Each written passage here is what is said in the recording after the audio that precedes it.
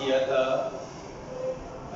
Mirror के हवाले से, ठीक है, हिस्टोरिकल मिरर के हवाले से डिटेल में बात की थी, क्योंकि उसको हम आगे चल के जो है रिलेट कराएंगे लेंस के साथ। आपको देखेंगे अंदाज़ा होगा कि क्या रिलेशन आ रही है। बट अगर हम बात करें अपनी टोटल इंटरनल रिफ्रैक्शंस की, देखिए इसको हम 3 हिस्से में समझने की कोशिश करते हैं। सबसे पहले हम ये समझते हैं कि रिफ्रैक्शन होता क्या है, बल्कि आप समझ चुके हैं कि जब लाइट रेज किसी एक मीडियम से किसी दूसरे मीडियम में इंटर होती है तो अपने ओरिजिनल पाथ से डिविएट कर जाती है या बैंड हो जाती है टुवर्ड्स नॉर्मल, तो वो फिनोमेना कहलाता है रिफ्रैक्शन। जैसे मिसाल देखें आप कि अगर आप एक ट्रांसपेरेंट गिलास में पानी रखते हैं और उसमें अगर जो है वो पेंसिल को जो है डुबो दें तो क्या होगा, ऊपर से जब पेंसिल की जो लाइट है ऊपर का जो जिसमें पानी मौजूद नहीं है वो तो नॉर्मल है उसकी स्टेट, लेकिन जैसे पानी के अंदर आप देखेंगे तो आपको लगेगा कि वो पानी के अंदर जो पेंसिल गया है वो अपने रास्ते से डिविएट कर गया है, ज़िग-ज़ैग में हो जाता है। तो इसी फिनोमेना को हम कहते हैं कि रिफ्रैक्शन की वजह से ऐसा होता है। लास्ट टाइम हमने एक एग्जांपल दिया था ग्लास स्लैब का कि जब लाइट जो है वो रेयर मीडियम से डेंसर मीडियम में इंटर हुई थी, आपने गौर किया था, तो वो बैंड हो जाती थी टुवर्ड्स नॉर्मल, ठीक है। तो रेयर मीडियम का मतलब होता है एयर और डेंसर मीडियम का मतलब होता है वहाँ ग्लास। अच्छा, अब यहाँ आ रहे हैं रिफ्रैक्शंस। ये रिफ्रैक्शन जो है वो टोटल इंटरनल रिफ्रैक्शंस का मतलब क्या है, इसको हम 3 हिस्से में डिस्कस करते हैं। तो फर्स्ट ऑफ ऑल देखें, हम ये करते हैं कि फर्स्ट इसका जो पार्ट है हमने ये बनाया। अच्छा, अब ये जो है ना ये हमारे पास एक ग्लास है, ठीक है जी। इसको हमने थोड़ा सा इस तरह बनाया है, ये देखें ये ग्लास। अब क्या होगा कि लाइट जो है रेज ये इंटर हो रही है, ये देखिए ये है इंसिडेंट रेज जो कि ग्लास में इंटर हो चुकी है। ग्लास यानी ये है ग्लास, मैं लिख देता हूँ, ये पोर्शन जो है वो ग्लास का है और ये जो है वो एयर है। इसका मतलब लाइट रेज यहाँ जो है डेंसर मीडियम से रेयर मीडियम में जा रही है। लाइट रेज जब डेंसर मीडियम से रेयर मीडियम में जा रही है तो अब आप देखेंगे यहाँ से डिविएट कर जाएगी, ये देखें अपने ओरिजिनल पाथ से डिविएट कर गया ये। अब अगर आप यहाँ मिसाल के तौर पर अगर हम नॉर्मल ड्रॉ करते हैं तो ये देखें नॉर्मल हमने ड्रॉ किया तो हमें ये देखेंगे, हमें लगेगा कि ये जो है ये हमारे पास, इसको हम कहते हैं, चूंकि ये इंसिडेंट करवाया है हमने लिहाजा हम इसको कहेंगे इंसिडेंट रेज।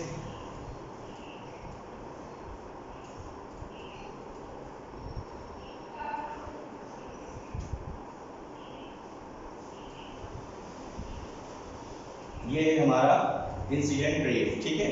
और ये जो रेयर मीडियम में दाखिल हो गया है ये कहलाता है रिफ्रैक्टेड रेज, ठीक है, रिफ्रैक्टेड रेज, ठीक है, रिफ्रैक्ट हो गया। अच्छा, अब आप गौर कीजिए कि जब ये इंसिडेंट डेंसर मीडियम से जब रेयर मीडियम में जा रहा है तो अपने ओरिजिनल पाथ से डिविएट कर गया है, तो इस रेज को हम कहेंगे इंसिडेंट रेज, और ये रेज जो रेयर मीडियम में डिविएट कर गया है उसको कहेंगे रिफ्रैक्टेड रेज। अब अगर हम यहाँ से नॉर्मल ड्रॉ करते हैं, नॉर्मल का मतलब होता है ऐसी लाइन जो बिल्कुल इसके साथ जो है वो सीधी हो, बल्कि हम थोड़ा सा और बनाते हैं, सही से देखिए ये नॉर्मल। तो अब ये नॉर्मल है जो कि इस पर परपेंडिकुलर है, लेकिन यहाँ से आप जरा गौर कीजिएगा कि आपको यहाँ से एक एंगल, जिसको हम कहते हैं एंगल आई, जिसको कहते हैं इंसिडेंस एंगल, ठीक है, ये एंगल ऑफ इंसिडेंस है आई, और ये आर है एंगल ऑफ रिफ्रैक्शन आर, ठीक है। अब इस कंडीशन में जरा गौर कीजिएगा कि एंगल आई जो है वो लेस देन है एंगल आर के, या हम आर को याद रखिएगा या हम सी का नाम देते हैं, क्योंकि आर जो है वो सी के बराबर ले रहे हैं यहाँ, तो लिहाजा हम यहाँ आई जो है वो लेस देन होगा सी के, क्योंकि आर रिफ्रैक्टेड एंगल को हमने सी का नाम दिया है। अच्छा, सी क्या होता है, सी हमारे लिए क्रिटिकल एंगल होता है जिसको हम कैलकुलेट करना चाह रहे हैं थ्रू टोटल इंटरनल रिफ्रैक्शन। तो सी जो है आर के बराबर है। अब इस कंडीशन में गौर कीजिए कि आई इंसिडेंट एंगल लेस देन, ये लेस देन का सैंपल है सी के। अब देखिए ये बड़ा नजर आ रहा है और ये छोटा एंगल है, तो वैसे ही आपको नजर आ रहा है कि एंगल आई जो है वो लेस देन है एंगल आर के, यानी कि सी के बराबर, एंगल सी से सी, क्योंकि आर सी के बराबर है तो हम कहेंगे आई जो है वो लेस देन सी के। तो ये फर्स्ट कंडीशन था। अब एक बात याद रखिएगा, जैसे जैसे इंसिडेंट एंगल इंक्रीज होगा वैसे वैसे जो क्रिटिकल एंगल है या सी की वैल्यू जो है वो भी इंक्रीज होगी। तो लिहाजा याद रखिएगा कि अगर हम इस एंगल को इंक्रीज करेंगे तो ये भी इंक्रीज हो जाएगा, ठीक है। तो फर्स्ट कंडीशन तो ये था इसका कि जब लाइट रेज किसी डेंसर मीडियम से किसी रेयर मीडियम में दाखिल होती है तो बेशक वो जो है रिफ्रैक्ट हो जाती है, और आप देख रहे हैं रिफ्रैक्शन का अमल जो है यहाँ आपको नजर आ रहा है, और ये नॉर्मल ड्रॉ कर दिया और आपको पता चल रहा है कि ये आपका डेंसर मीडियम है, ये एयर मीडियम है, और एंगल आई जो है वो छोटी है, एंगल आर के, और आर को हमने सी के बराबर लिया। तो फर्स्ट ये कंडीशन तो हो गया। आइए सेकंड कंडीशन को फॉलो करते हैं जी। देखिए इसका सेकंड कंडीशन की अगर हम बात करते हैं तो सेकंड कंडीशन अभी एज इट इज हम लेते हैं कि देखिए ये हमारे पास ग्लास है, ठीक है। अब क्या होगा कि अब हमने एंगल को थोड़ा सा बढ़ा दिया, ठीक है, एंगल को हमने थोड़ा सा बढ़ा दिया, इंक्रीज कर दिया। अब जैसे ही इंसिडेंट रेज इंक्रीज होगा, ठीक है, तो लिहाजा आप देखेंगे जैसे ये इंक्रीज होगा, तो मैंने आपको कहा था कि जब इंसिडेंट रेज इंक्रीज होता है या तो उसी सूरत में इसका एंगल अगर इंक्रीज होता है तो हम ये कहेंगे कि जो ये सी की जो है ये एंगल ऑफ क्रिटिकल एंगल जिसको हम आर और सी के बराबर लिए ये भी इंक्रीज हो जाएगा। तो लिहाजा इंसिडेंट एंगल अगर इंक्रीज कर रहे हैं तो देखिए अब क्या होगा, अब ये जो हमारे पास ये रेज है ना जिसको हम कहते हैं रिफ्रैक्टेड रेज, ये बिल्कुल जो है वो क्या हो जाएगा इस ग्लास के प्लेन पे आ जाएगा, यानी कि ग्लास के पैरेलल हो जाएगा। तो आप देखें ये हमारे पास जो है ना ये रेज है जो कि इसके पैरेलल हो गया, ठीक है, क्योंकि ये जब हमने इंक्रीज किया डेफिनेटली ये भी इंक्रीज हो जाएगा इंसिडेंट रिफ्रैक्टेड रेज, तो रिफ्रैक्टेड रेज नहीं बल्कि रिफ्रैक्टेड एंगल, तो ये इंक्रीज हो जाएगा। जब ये इंक्रीज हो गया तो देखें ये इसके पैरेलल हो गया, इस गिलास के पैरेलल हो गया। आप यहां से नॉर्मल ड्रॉ करें, ये है नॉर्मल, ठीक है, ये नॉर्मल ड्रॉ करें, ठीक है। तो आप इसे क्या करेंगे, देखिए इस सूरत में क्या होगा, ये आपको पता है ये क्या है, ये आपका इंसिडेंट एंगल है, और ये क्या बना दिया इसने पैरेलल हो गया, इसके बिल्कुल 90 पे आ गया, ठीक है। पहले ये रेस यहाँ था, अब ये इंक्रीज कर दिया तो ये बिल्कुल इसके नीचे आ गया, इसके पैरेलल हो गया, ये यहाँ आ चुका है। तो इसका मतलब ये हुआ कि इस कंडीशन में हम ये कहेंगे कि आई जो है या इंसिडेंट एंगल जो है बेसिकली ये हमारे पास बराबर आ गया है 90 डिग्री के, 90 डिग्री हो गया। अच्छा अब 90 डिग्री हुआ है, लेकिन कहने का मकसद ये है ये कौन सा एंगल, ये है सी के बराबर। तो लिहाजा हम यहाँ आई जो है वो ये नहीं करेंगे कि आई सी के जो है वो 90, बल्कि हम ये कहेंगे कि जो हमारे पास जो वैल्यू ऑफ सी है जिसको हमने आर से डिनोट किया है ये एक्चुअल में क्या आ गया है 90। तो जब वो इंसिडेंट रे एंगल जो 90 हो जाए तो हम उसको कहते हैं क्रिटिकल एंगल। तो लिहाजा यहाँ ये जो सी है जो कि 90 हो चुका है, इस वैल्यूज को हम कह रहे हैं ये क्रिटिकल एंगल को लाइक कर रहा है, ये है एंगल 90 का, क्रिटिकल एंगल को लाइक कर रहा है, ठीक है। तो अब हम यहाँ ये कह सकते हैं कि ये 90 के बराबर है, ठीक है जी। तो C की वैल्यू जो है वो 90 आ गया, आपको नजर भी आ रहा है क्योंकि ये रिफ्रैक्टेड रेज जो है वो बिल्कुल पैरेलल हो गया ग्लास के, और अगर नॉर्मल ड्रॉ करते हैं तो ये 90 बना रहा है, तो हम ये कहेंगे C जो है वो इस एंगल को लाइक करते हैं, जैसे कि यहाँ C ये था तो ये कहते हैं कि I लेस देन C के, तो नजर आ रहा है। अब अगर हम C की बात करें 90 तो हम कहेंगे C जो है वो 90 हो गया, तो लिहाजा ये C क्या है, यहाँ क्रिटिकल एंगल को लाइक कर रहा है, तो आप लिखेंगे C is equal to critical angle, critical angle, ये है क्रिटिकल एंगल, ठीक है। लेकिन हम तो बात करें तो टोटल इंटरनल रिफ्लेक्शंस की। अच्छा देखिए फर्स्ट केस में ये था कि हमने रिफ्लेक्शन शो कर दिया डेंसर से एयर में, सेकंड केस में ये था कि जैसे ही हमने इंसिडेंट एंगल को इंक्रीज किया तो रिफ्लेक्टेड एंगल जो है वो भी इंक्रीज हो गया और बिल्कुल पैरेलल जो है वो ग्लास के हो गए, तो 90 डिग्री बनाया। तो जब 90 डिग्री बनाया तो हम इसको कहेंगे C की वैल्यू जो है वहाँ यहाँ 90, और इसी C को हम कहेंगे क्रिटिकल एंगल। और ये वही केस है कि ये एयर है, रेयर मीडियम, और ये हमारे पास गिलास है, ठीक है जी। अच्छा अब तीसरा और आखिरी केस देखें इसका क्या होगा। तीसरा और आखिरी केस में ये होगा कि अगर हम इसको देखें ग्लास बनाते हैं अगेन, अब जब हमने ग्लास मेंशन किया, अब इस एंगल को देखिए इंसिडेंट रेस को हम मजीद इंक्रीज करते बढ़ा देते हैं, देखिए इस एंगल ने बढ़ा दिया, पहले वो इस तरफ था फिर थोड़ा सा ये ऊपर की तरफ गया और ये बहुत ऊपर की तरफ गया, तो इंसिडेंट एंगल जो है रेस जो है वो इंक्रीज कर दिया। जब इंसिडेंट रेस मजीद इंक्रीज हो गया तो अब ये रिफ्रैक्शन का अमल यहाँ नहीं होगा, ऐसा नहीं होगा कि ये जो है चूंकि ये यहाँ आ चुका है, जो रिफ्रैक्टेड एंगल है वो इस तरह आ गया है जिसको हम कहते हैं क्रिटिकल एंगल, अब ये फर्दर यहाँ रिफ्रैक्ट हो नहीं सकता, ऊपर जा नहीं सकता, जो ऊपर से ही तो नीचे आ रहा है रेयर, यानी कि हम कहेंगे कि रेयर मीडियम से ही तो वो डेंसर मीडियम की तरफ डिविएट कर रहा था। अब ये क्या होगा, वापस चला जाएगा इधर। लिहाजा ये क्या हो गया, ये रिफ्रैक्ट हो गया, लेकिन अंदर ही रिफ्रैक्शन इसकी अमल है, ये नहीं कि बाहर निकलने के बाद रिफ्रैक्शन हो रहा है। इसी ग्लास जो है, ग्लास के अंदर ही यानी डेंसर मीडियम के अंदर ही जो है वो रिफ्रैक्ट हो गया है, रिफ्रैक्ट हो गया है। लिहाजा इस फिनोमेना को, इस चीज को हम कहते हैं इंटरनल, टोटल इंटरनल रिफ्रैक्शन। कि ये जो है वो ग्लास के अंदर ही है, ग्लास से क्रॉस नहीं किया, ठीक है जी। तो अब ये कहेंगे कि ये टोटल इंटरनल रिफ्रैक्शंस है, और बिल्कुल ऐसे हम कहेंगे ये एयर है, ये ग्लास है, ठीक है। मैं बता चुका है ये इंसिडेंट रेज है, ये रिफ्रैक्टेड रेज है। और अगर हम यहाँ से जो है ड्रॉ करते हैं तो ये हमारे पास जो है वो नॉर्मल है, ठीक है। इस कंडीशन हम ये कहेंगे ये नॉर्मल है। और यहाँ अगर हम बात करते हैं इसको, अगर हम मजीद जो है वो थोड़ा सा ठीक अंदाज में देख लेते हैं, तो ये देखें कि ये हमारे पास आई है और ये सी है। तो हम ये कह सकते हैं कि इस कंडीशन में आई जो है वो ग्रेटर देन सी के बराबर है। क्यों? आई का मतलब होता है एंगल ऑफ इंसिडेंस, ये आई है, ये बड़ा है, और देखिए ये छोटा नजर आ रहा है। चले हम सी लिख देते हैं, यहाँ सी या आर लिखते हैं। तो अब नजर आ रहा है कि एंगल आई जो है वो एंगल सी के ग्रेटर है। यहाँ एंगल आई जो था वो एंगल सी के स्मॉलर था। यहाँ एंगल आई जो है वो बेसिकली सी जो है वो 90 डिग्री के बराबर हो गया है। लिहाजा हम ये कहेंगे कि यहाँ सी क्रिटिकल एंगल को शो कर रहा है।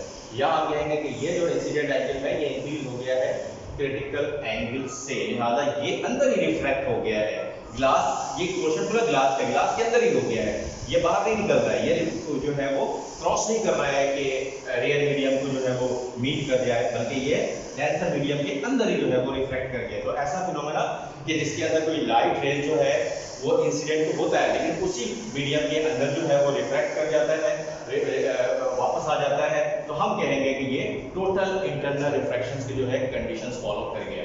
तो ये 3 स्टेप्स था डिफरेंट, जिसमें आप ये समझा कि किस तरह टोटल इंटरनल रिफ्रैक्शन जो है वो क्या समझा जाता है या देखा जाता है। तो आपको नजर आ गया कि किस तरह जो है वो, लेकिन इसमें याद रखिए कि सबसे इंपॉर्टेंट काम जो है रिफ्रैक्टिव जो है रेस है, कि रिफ्रैक्टिव रेस को जैसे जैसे इंक्रीज करते जाएंगे वैसे वैसे ये भी इंक्रीज करता जाएगा। जब आपने ये रखा, इसको इंक्रीज किया थोड़ा सा, ये यहाँ आ गया यानी कि पैरेलल हो गया रेस, तो ये 90 डिग्री बनाया, इसको हम क्रिटिकल एंगल का नाम दे रहे हैं। फर्दर इसको अगर आपने इंक्रीज कर दिया और ऊपर की तरफ लेके गए तो इंसिडेंट एंगल इंक्रीज हो गया, तो ये अंदर ही रिफ्रैक्ट कर गया। लिहाजा ये होगा ये रिफ्रैक्शंस का अमल जो है वो अंदर ही है। लिहाजा हम ये कहेंगे कि इस कंडीशंस को टोटल इंटरनल रिफ्रैक्शंस कहते हैं। और यहाँ याद रखिएगा एंगल ऑफ इंसिडेंट जो है वो ग्रेटर देन जो एंगल क्रिटिकल एंगल के बराबर होता है, जिसको सी से जाहिर करते हैं। ये जो है वो कॉन्सेप्ट था जिसमें हमने देखा कि टोटल इंटरनल रिफ्रैक्शन जो है वो किसे कहते हैं। अब आइए एक टॉपिक और है हमारा, जिसको हम कहेंगे रिफ्रैक्शन थ्रू प्रिज्म। प्रिज्म क्या होता है? प्रिज्म एक ट्रांसपेरेंट ऑब्जेक्ट होता है, जो कि हम कह सकते हैं कि ऑप्टिकल शीशे का बना होता है, ग्लास स्लैब होता है, ग्लास की तरह होता है। देखिए अब हम लिखे हैं रिफ्रैक्शन, रिफ्रैक्शन हमने लिखा रिफ्रैक्शन थ्रू प्रिज्म, ये टॉपिक आ गया प्रिज्म। तो सबसे पहले देखिए प्रिज्म हम बनाते हैं। मैंने आपको कहा ये ट्रांसपेरेंट ऑब्जेक्ट होता है। अगर हम एंगुलर लेते हैं, मिसाल के तौर पर देखिए हमने इसको ट्रायंगल प्रिज्म दे बना दिया, ये हमारे पास ट्रायंगल है, लेकिन ये बेसिकली अगर इसको थोड़ा सा ट्रांसपेरेंट बनाते हैं तो देखिए आप ये देखिएगा, ये ठीक है, ये ट्रांसपेरेंट है, ठीक है। इसकी एक साइड ये है, दूसरा साइड वो है, तीसरा साइड लेफ्ट में, और ये इसका बेस है, ठीक है। और ये बिल्कुल ग्लास नुमा होता है और इस ट्रांसपेरेंट होता है, आसानी से जो है वो नजर आता है, ठीक है। तो ये इस तरह इंक्लाइन फॉर्म में जो है दो साइड हम बनाते हैं, यहाँ ये इंक्लाइन फॉर्म में है, यहाँ से जो है लाइट रिफ्रैक्ट किया जा सकता है। तो ये समझाने के लिए मैंने अंदर बताया था, लिहाजा अब हम इसको इरेज कर देते हैं। चलिए अब हम बात करते हैं कि अगर इस ट्रायंगल, ट्रांसपेरेंट ट्रायंगल को से अगर रिफ्रैक्शन शो करना हो तो कैसे होगा। चलिए जी नाम देते हैं, इसको हमने कह दिया, ये कह दिया A इस वर्टेक्स को, इस वर्टेक्स को B कह दिया, इस वर्टेक्स को C कह दिया। अच्छा अब होता ये है कि देखें हम क्या करते हैं, हम जो है ना यहाँ से एक इंसिडेंट रेज को डालते हैं इस मीडियम में। अच्छा अब थोड़ा सा नीचे लेते हैं ताकि हमें जो है ना एंगल क्लियर हो जाए। देखिए अब क्या हो रहा है जी, देखें ये क्या है, रेज है, जो कि पास हो रहा है रेयर मीडियम से डेंसर मीडियम में। रेयर क्या है, ये रेयर है, ये डेंसर मीडियम क्या ग्लास है। अब इसमें जो है वो हम एंगल फॉलो यानी कि रेस फॉलो कर रहे हैं, और वो कौन सा रेस है आपको बताया था, इंसिडेंट रेस। तो लिहाजा हम शो कर देते हैं ये जो है इंसिडेंट रेस है, इंसिडेंट रेस, ठीक है, ये इंसिडेंट रेस है, ये अंदर फॉल हो रहा है। अच्छा अब ये क्या होगा, ये सीधा नहीं जाएगा, बल्कि क्या होगा तो अपनी जगह से थोड़ा सा डिविएट हो जाएगा। ये देखिए ये डिविएट हो गया अंदर दाखिल होने के बाद, ठीक है, ये डिविएट हो गया। और ये जो रेस है इसको कहते हैं रिफ्रैक्टेड रेस, रिफ्रैक्टेड रेस। ये बार बार किया है, लिहाजा इसमें अगर कोई स्पेलिंग में या आपको समझ नहीं आ रहा, लेकिन आप ये समझिएगा क्योंकि ये इंसिडेंट है अंदर जाकर रिफ्रैक्ट हो गया, तो लिहाजा इसको रिफ्रैक्टेड रेस कहेंगे। अच्छा अब ये पॉइंट है जहाँ ये बन रहा है, इसको हमने चले नाम दे देते हैं पी का, ठीक है जी। और यहाँ आके ये मीट कर रहा है, इसको हम नाम दे देते हैं ए बी सी पी, और इसको क्यू कह देते हैं या पी एम कह देते हैं, कोई भी नाम दे दे, सब मसला नहीं है इसके अंदर क्या। अच्छा अब होगा क्या, देखिए ये इंसिडेंट रेस है जो कि फॉल कर रहा है इस प्रिज्म के अंदर। जैसे ही अंदर दाखिल होता है तो अपने ओरिजिनल पाथ से डिविएट हो जाता है, लिहाजा ये जो रेस है जो कि डेंसर मीडियम के अंदर शो हो रहा है, और डेंसर मीडियम क्या है, ये ग्लास है, क्योंकि जाहिर सी बात है प्रिज्म ग्लास का ही होता है। तो अब क्या होगा कि इसके अंदर जब ये गया तो ये रिफ्रैक्ट हो गया। अब यहाँ से जब बाहर जा रहा है तो हम कहेंगे कि ये इमर्जेंट हो जा रहा है, ये जो रेस जो है वो ये देखिए बिल्कुल अपने ओरिजिनल पाथ से ये बिल्कुल हट गया है। लिहाजा इस रेस को हम कहेंगे जो डेंसर मीडियम से रेयर मीडियम में इंटर हो रहा है, चला जा रहा है, तो हम इसको कहेंगे इमर्जेंट रेस, इमर्जेंट रेस, ठीक है, ये इमर्जेंट रेस है। अच्छा अब क्या होगा कि अब अगर हम यहां से एक नॉर्मल ड्रॉ करेंगे, देखिए जो कि ये 90 डिग्री बना रहा है। अच्छा अब जरा गौर कीजिए, जब हम इमर्जेंट रेस यानी कि यहां से अगर हम नॉर्मल ड्रॉ करते हैं तो ऐसी बात है यहां से हम नॉर्मल ड्रॉ कर सकते हैं, ठीक है। तो जब हम नॉर्मल ड्रॉ कर रहे हैं तो जरा गौर कीजिए कि हमारे पास क्या हो रहा है कि ये जो है इसको हम कहेंगे कि एंगल आई, क्रिटिकल एंगल, ठीक है, ये आई है और ये क्या है, एंगल आर है, ठीक है, ये एंगल आर की फॉर्मेशन हो रही है। लेकिन अब हमें ये देखना है कि ये कितना डिविएट हुआ है, डिविएशन बात कर रहे हैं, क्योंकि हम बेसिकली देखना चाहते हैं, यहाँ हम इसके जरिए हम कह सकते हैं कि इसमें डिविएशन कितनी हुई है। डिविएशन का मतलब ये अपने ओरिजिनल पाथ से कितना जो है वो बैंड हो गया है, मुड़ गया है, डिविएशन अपने रास्ते से हट गया है। तो लिहाजा इसको डिविएशन कैलकुलेट करने के लिए क्या करते हैं, देखिए इसको हम इसी रास्ते से आगे बढ़ा देते हैं, ये हमने सीधा आगे बढ़ा दिया, ठीक है। अगर हम सोचें तो ये रेस है जो कि सीधा जा सकता है। अब अगर हम ये जो इमर्जेंट हो गया है उसूलन इसको इस रेस को इसी तरह पाथ में जाना चाहिए, लेकिन ये जो है वो इमर्ज हो गया है, पाथ की तरफ निकल गया और बिल्कुल पाथ इस पाथ के बिल्कुल अपोजिट जा रहा है। तो अब अगर हम यहाँ से थोड़ा सा आगे बढ़ाते हैं इसको, देखिए इसको आगे बढ़ाते हैं, ये मेरी लाइन है। तो इन दोनों के दरमियान कोई ना कोई एंगल बनेगा, देखिए ये एंगल, इस एंगल की बात कर रहे हैं, और ये एंगल है जब इसको हमने डी का नाम दिया है, और यही एंगल दरअसल हमारा क्या है, एंगल ऑफ डिविएशन कहलाता है, लिहाजा इसको कह सकते हैं एंगल ऑफ डिविएशन।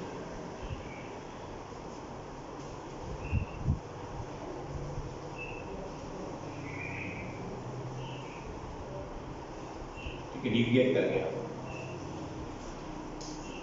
ये एंगल डिविएट कर गया। तो देखें और उसूलन इस रेस को ये रिफ्रैक्ट हो गया और वापस ओरिजिनल वे में जाना चाहिए था। तो देखिए पहले रेयर में ये डायरेक्शन में था, रेयर में भी अब जाने के बाद इसको अपोजिट डायरेक्शन होगा, उसूलन इस डायरेक्शन को फॉलो करना चाहिए था, लेकिन ये फॉलो नहीं किया, बल्कि ये जो है अपोजिट डायरेक्शन हो गया, इसको इमर्जेंट रेस का हमने नाम दिया। तो अब अगर हम देखना चाहते हैं कि एक्चुअल में ये कितना इनके दरमियान, इसके और इसके दरमियान एंगल जो है वो बन रहा है, और उसी एंगल को एंगल ऑफ डिविएशन भी कह सकते हैं।